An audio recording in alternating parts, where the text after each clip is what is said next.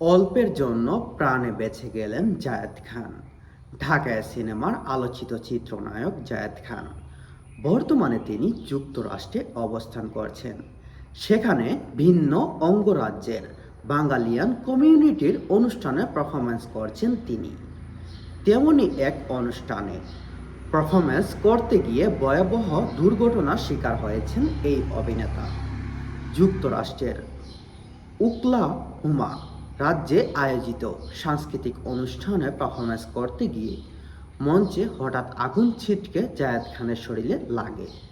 তবে দ্রুত উদ্ধার পাওয়ায় বড় ধরনের বিপদ থেকে রক্ষা পান তিনি। জায়েদ খান বলেন, একটুর জন্য প্রাণে বেঁচে গেছেন। শরীরে আগুন ধরে গিয়েছিল, এই অবস্থায় পারফরমেন্স করেছি, পরে চিকিৎসা নিতে হয়েছে। জানা গেছে, মোটরসাইকেল মঞ্চে প্রবেশ করার সময় সামনে ও পিছনে থাকা ফায়ার ওয়ার্কস থেকে আগুন ছিটকে জায়েদ খানের শরীরে পড়ে।